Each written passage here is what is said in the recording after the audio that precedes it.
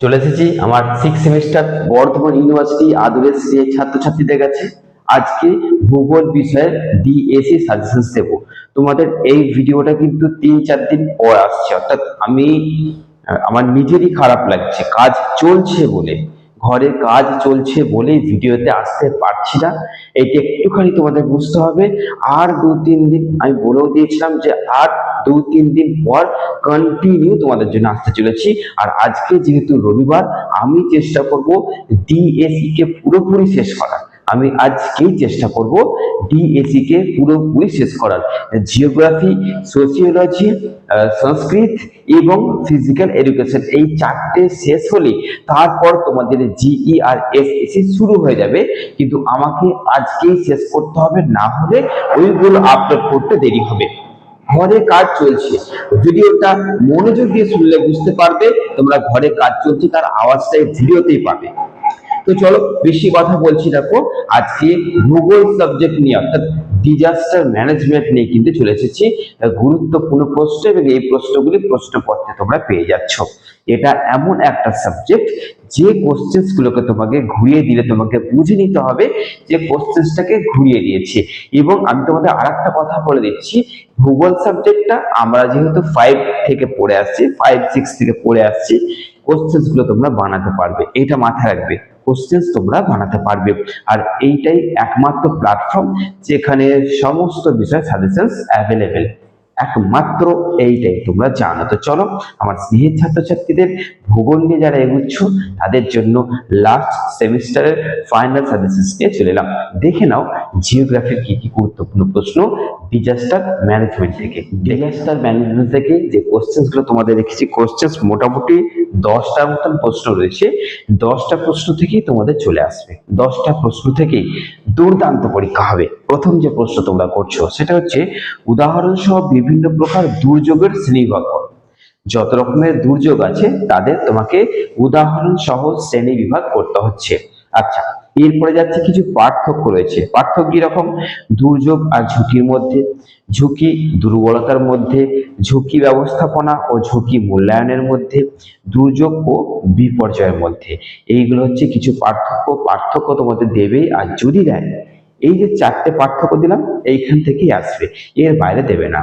ওকে, আচ্ছা next question হচ্ছে ভূমিকম্পের ফলে কি কি ক্ষতি হয়। দেখো এই কোশ্চেনটা কমন আসুক বা না আসুক, ভূগোলে ডিজাস্টার ম্যানেজমেন্টে এরকম প্রশ্নই থাকবে, তুমি নিজেই বানাতে পারবে। ওকে, আচ্ছা তারপরে দেখো নেক্সট কোশ্চেন হচ্ছে যে ভূমিধসের প্রভাব ও মূল কারণ আলোচনা করো। এই যে ভূমিধসের প্রভাব, ভূমি যে ধস হচ্ছে, ভূমিধসের যে প্রভাব এবং তার মূল কারণ, এই কোশ্চেনটা কিভাবে ঘুরিয়ে দিতে পারে যে পার্বত্য অঞ্চলে বা হিমালয় অঞ্চলে, হ্যাঁ, এইখানে ভূমিধসটা কেন হচ্ছে, বা পার্বত্য অঞ্চল ভূমিকম্প প্রবণ কেন, এই কোশ্চেনটাই এইটাই ঘুরিয়ে দেবে। ওকে, আচ্ছা মানে যে কোনো পার্বত্য অঞ্চলে ভূমিকম্প নিয়ে দিলে এই কোশ্চেনটারই অ্যান্সার লিখে আসবে।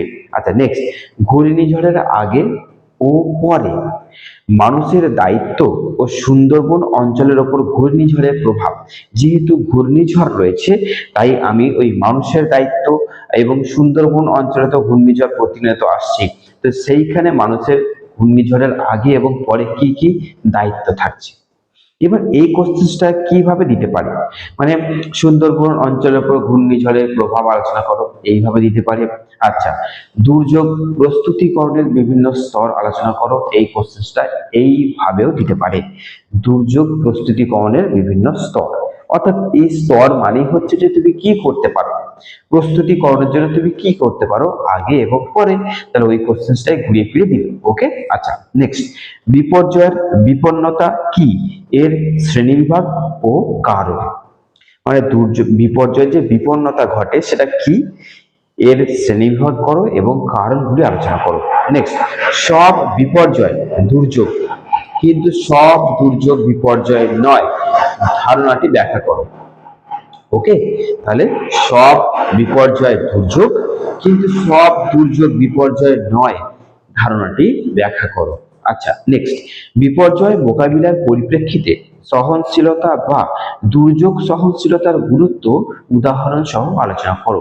নেক্সট প্রশ্ন, ট্রমার ওপর একটা টিকা লেখো। ট্রমা কোশ্চেনটা ঘুরিয়ে দিতে পারে, ট্রমার পরিচর্যার বিভিন্ন প্রাথমিক পদ্ধতিগুলি আলোচনা করো। ওকে, আচ্ছা নেক্সট, পার্বত্য অঞ্চলে ভূমিধসের মানে ওই জন্য বননিধন কিভাবে দায়ী? মানে যে গাছ কাটা হচ্ছে, পার্বত্য অঞ্চলে যে ভূমিধস দেখা যাচ্ছে, গাছ যে কাটছে সেটা কতটা দায়ী ওই ধসের জন্য? আচ্ছা, উদাহরণ সহ লিখতে হবে।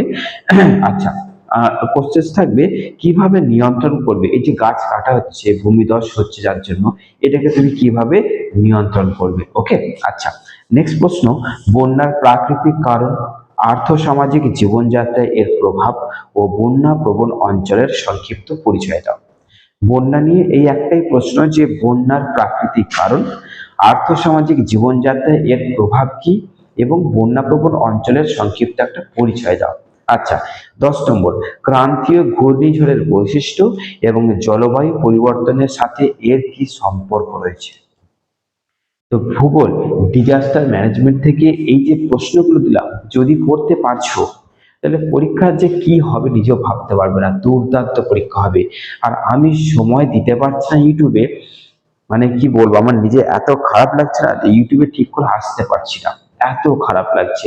আমি একটু ওয়েট করছি, একটু ওয়েট, তারপরে যেভাবে আসবো তোমরা নিজেরা ভাবতে পারবে না যে স্যার এইভাবে আসার জন্য এতদিন আসতে পারছিল না, সেইভাবেই আসতে চলেছি।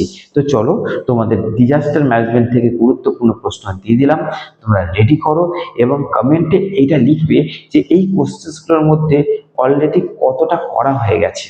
ওকে, কোথা থেকে দেখছো, এবং অবশ্যই যদি চ্যানেলটাকে ভালো লাগে সাবস্ক্রাইব করে নাও, এটা করতেই হচ্ছে যাতে তোমরা এরপরে এখান থেকে জিই এর সমস্ত বিষয় পাবে, এসএসসির সমস্ত বিষয় পাবে। এই সমস্ত জিনিসটা একমাত্র এই প্ল্যাটফর্মেই আছে, আর কোনো প্ল্যাটফর্মে সমস্ত বিষয় সাজেশন তোমরা পাবে না। আর আমার নিয়ম কি, আগে ডিএসসি কমপ্লিট করব, তারপরে জিই, তারপরে এসএসসি, এই উল্টো পাল্টা করে আমি দেবো না, এটাই আমার নিয়ম। ওকে, তো ডিএসসিটা চেষ্টা করব আজকের মধ্যেই শেষ করে দেওয়ার। চলো, ভালো থেকো, সুস্থ থেকো।